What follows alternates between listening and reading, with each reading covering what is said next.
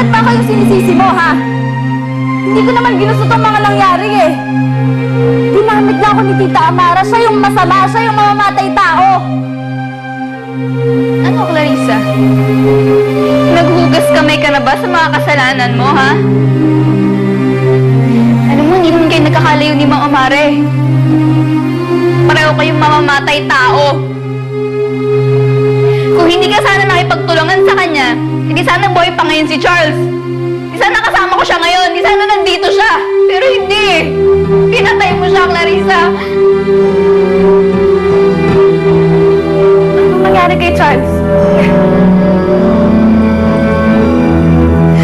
Pinatay mo si Charles. Kasalanan mo lahat ng to. Rin bawiin mo yung sinabi mo. Hindi ko pinatay si Charles. Kahit namang bawiin ko, wala rin namang mangyayari eh. Kahit ano pang sabihin ko, hindi mo na rin naman naibabalik sa akin si Charles, di ba?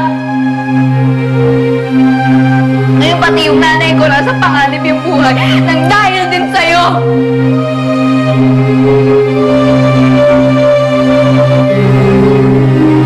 Ako mamamatay tao. Bakit ka ba nagkakaganyan, Clarissa, ha? Magpinsan tayo, di ba? Alam mo, higit pa sa magkapatid yung turingan natin noon. Tsaka alam mo, okay naman tayo noon eh. Wala namang problema sa atin. Pero ano namang nangyari sa'yo, ha? Paano mo nagawa sa akin to? Sa amin ni Nay Lilian. Natatakot ka ba na baka wala ng pamilyang kumupkup sa'yo, ha? Kami lang naman yung pamilya mo eh. Kami yung unang nagmahal sa'yo. Pero bakit mo kami sinisira? Tsaka, ano bang nagawa ko sa'yo, ha? Para magalit ka sa akin ng ganito?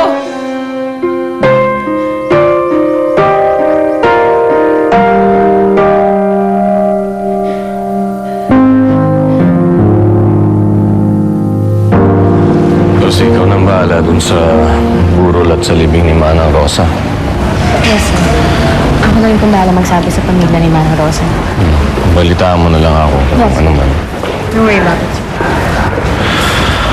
Ferdinand, Mara, tama-tama, nandito ka.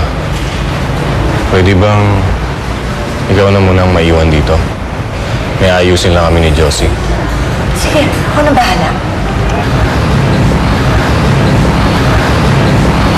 Teka, bakit nga pala bigla kang nawala? Saan ka nagpunta? Ibinalikan na ako dun sa bahay.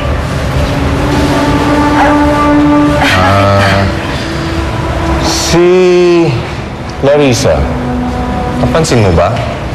Alam mo, Kanina ko pa hindi nakikita eh. di ko na siya napansin. Baka nagkasalisihan kami. Bakit mo ba iniintindi si Clarissa? Wala. Sige na, go ahead, go ahead. Wala. Sige, ako na ikaw na bahala. munang bahala dito.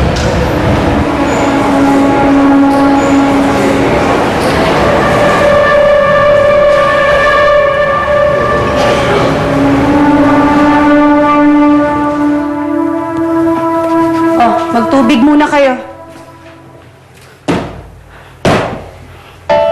Ano to? Ano to? Tatakas ka na naman? Talagang tatakas ako. Hindi ko nahihintay yung patayin niyo pa ako, no? Sige, tumakas ka. Dahil papatayin talaga kita.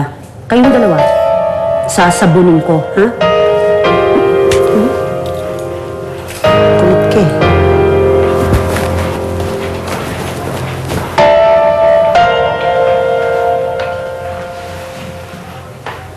Hoy. Ano, bingi ka ba? Hindi mo ba narinig yung sinabi ni Aling Lloyda? Pati ako mapapahamag niya sa ginagawa mo eh. Tigilan mo na nga yan. Anong gusto mo gawin ko, ha? Tumunga ka na lang ako dito? Hindi na ako makikialam?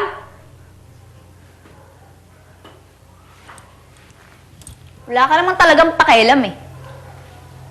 Wala kang pakialam kahit patay na si Charles o nasa panganib ang buhay ng nanay ko. Di ba? Alam mo, Alam mo, manahimik ka na nga lang kung wala kang sasabing maganda. Alam mo, sana dumating yung araw na wala nang may pakialam sa'yo. Yung mag-isa ka na lang, walang tumutulong sa'yo. Madali lang naman yun kasi alam naman nilang lahat na masama kang tao eh. Alam mo, sinira mo yung buhay mo. At sinayang mo yung pagmamahal namin sa'yo.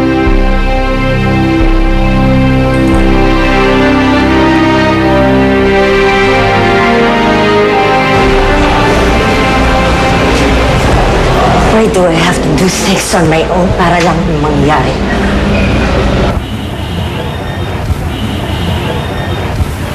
But this time, I'll make sure. Papasok na itong ituturo ko sa dugo mo para siguradong mamamatay ka na, Lilian.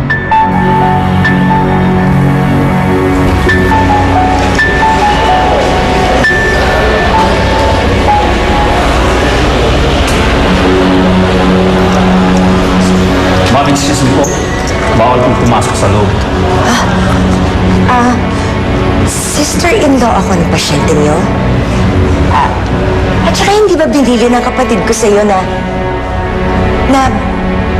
padadalan ako ng permit para makapasok? Pasensya na po. Pero may orders po na si Mr. Fuentebella lang, pati ang doktor niya, pwedeng pumasok sa loob. Ganun ba? At saan niyo naman ako paghihintayin?